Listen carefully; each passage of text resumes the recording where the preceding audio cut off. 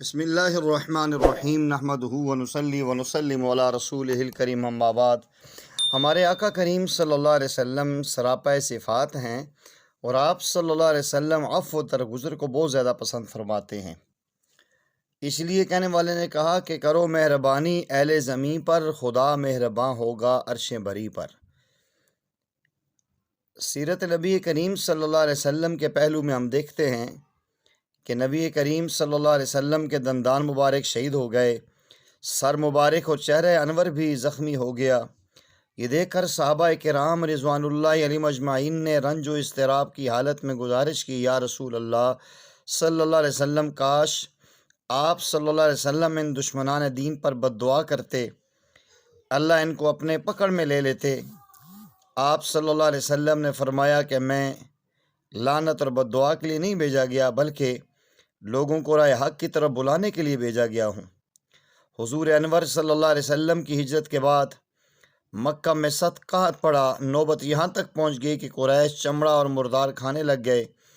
ابو سفیان کو جب یہ بات معلوم ہوئی اور وہ جانتے بھی تھے کہ نبی کریم صلی اللہ علیہ وسلم کی دعا قبول ہوتی ہے، وہ مدینہ پاک پہنچا اور ابھی تک ایمان نہیں لائے تھے، تو آپ صلی اللہ علیہ وسلم سے التجا کی کہ آپ صلی اللہ علیہ وسلم کی قوم قحط سے ہلاک ہو رہی ہے، آپ صلی اللہ علیہ وسلم ان کے لیے دعا کیجئے۔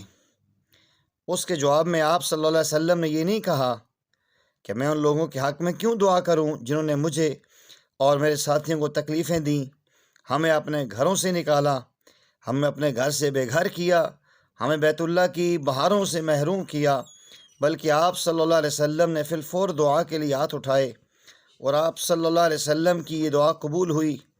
آپ صلی اللہ علیہ وسلم نے فرمایا، میرے اللہ نے مجھے حکم دیا ہے کہ جو کوئی مجھ پہ ظلم کرے میں اس کو قدر کی نگاہ سے جو ہے کہ دیکھوں، قدرت کے باوجود انتقام نہ لوں بلکہ معاف کر دوں۔ جو مجھ سے قطع تعلق کرے میں اس کو ملاؤں، جو مجھے محروم رکھے میں اس کو عطا کروں۔ غضب اور خوشی دونوں حالتوں میں حق گوئی کو شیوا بناؤں۔ اللہ کے پیارے پیغمبر صلی اللہ علیہ وسلم نے بہت ساری ایذائیں جھیلیں، سخت ترین دن بھی آئے۔ آپ صلی اللہ علیہ وسلم کو تبلیغ اسلام کے لیے طائف میں جب آپ تشریف لے گئے، سخت بد اخلاقی سے لوگ پیش آئے، بازاری لفنگوں اور اوباشوں کو آپ صلی اللہ علیہ وسلم کے پیچھے لگا دیا۔ یہ بدماش اور لفنگے آپ صلی اللہ علیہ وسلم پہ ٹوٹ پڑے، ذات اقدس صلی اللہ علیہ وسلم پر بے پناہ سنگباری شروع کر دی۔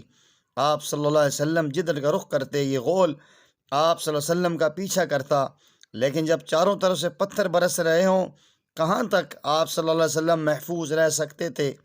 اتنی سنگباری ہوئی جسم مبارک لہولہان ہو گیا، نالین پاک خون آلود ہو گئی۔ آخر پیارے آقا کریم صلی اللہ علیہ وسلم نے بڑی مشکل سے ایک باغ میں انگوروں کی بیلوں میں پناہ لی، اوباشوں سے پیچھا چھڑایا۔ حضرت زید رضی اللہ تعالیٰ عنہ آپ صلی اللہ علیہ وسلم کے جسم مبارک کا خون پوچھ رہے ہیں۔ نبی مہربان صلی اللہ علیہ وسلم نے فرمایا، یہ میرے لیے سخت ترین دن تھا، میں باغ سے نکل کر غمزدہ آ رہا تھا، اچانک بادل کے ٹکڑے نے میرے اوپر سایہ کر دیا، میں نظر اٹھا کر دیکھا تو جبرائیل علیہ السلام تھے۔ جبرائیل نے کہا، جو کچھ آپ صلی اللہ علیہ وسلم کے ساتھ ہوا ہے اللہ جل جلالہ نے اسے دیکھا ہے، اور اگر آپ صلی اللہ علیہ وسلم کی مرضی ہو تو طائف کے دونوں پہاڑوں کو ملا کر یہاں کی جملہ آبادی کو تہس نہس کر دیا جائے۔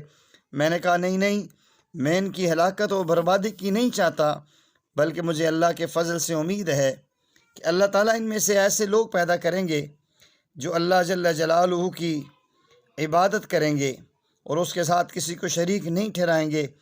عفو درگزر کا نتیجہ یہ نکلا، 11 سال بعد یہی طائف والے تھے جو آپ صلی اللہ علیہ وسلم کی عداوت سے دستبردار ہو کر آپ صلی اللہ علیہ وسلم کے قدموں میں گر پڑے۔ سبحان اللہ۔ شہر مکہ میں کوئی چیز پیدا نہیں ہوتی تھی، اناج یمامہ سے آتا تھا۔ یمامہ کے حاکم حضرت ثمامہ مسلمان ہوئے، انہوں نے مکہ معظمہ کی طرف غلے کی آمد بند کر دی اور اس بندش سے قریش میں ہنگامہ برپا ہو گیا۔ انہوں نے سخت اضطراب اور بدحواسی کے عالم میں نبی پاک صلی اللہ علیہ وسلم سے مدینہ میں رجوع کیا۔ آپ صلی اللہ علیہ وسلم نے ثمامہ رضی اللہ عنہ کے نام پیغام بھیجا کہ اناج کی بندش اٹھا لو۔ چنانچہ اناج مکہ پہنچنے لگا، حالانکہ یہی اہل مکہ وہی تھے جنہوں نے مسلسل 3 سال تک میرے پیارے آقا کریم علیہ السلام اور آپ کے خاندان والوں کا ایسا مقاطع کیا تھا، اناج ایک دانہ تک نہیں پہنچنے دیتے تھے۔ ہاشمی بچے بھوک سے تڑپتے اور بھلک بھلکتے بل اٹھتے، لیکن ان ظالموں کے پتھر دل کسی طرح نہ نرم ہوئے، بلکہ گریا و بکا سن کر رحم کرنے کے بجائے ہنستے اور خوش ہوتے تھے۔ آپ صلی اللہ علیہ وسلم نے ان کی سب باتیں بلا کر ان کے لیے اناج کی بندش ختم کر دی۔ یف درگزر کی اعلیٰ مثال ہے جو ہمیں دنیا کی کسی بھی شخصیت میں نہیں ملتی۔ یہ میرے پیارے آقا کریم علیہ السلام کا جذبہ ہے، اور یہ جذبہ میدان جنگ میں بھی رہتا تھا۔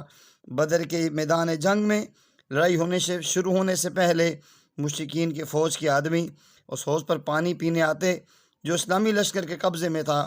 مسلمانوں کی فوج نے یہ حوض وہ چشمہ اپنی ضرورت کے لیے تیار کیا تھا۔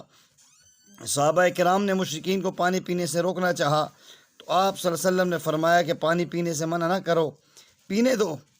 ان چند واقعات سے ہمیں آپ صلی اللہ علیہ وسلم کے عفو درگزر اور دین کے دشمنوں کے ساتھ حسن سلوکی کا پتہ چلتا ہے۔ آج بھی اگر ہم نبی کریم صلی اللہ علیہ وسلم کے اصولوں کو اپنانے کی کوشش کریں، اس دنیا میں بھی کامیاب ہوں گے اور آخرت میں بھی اللہ رب العزت کے ہاں ہم سرخرو ہوں گے۔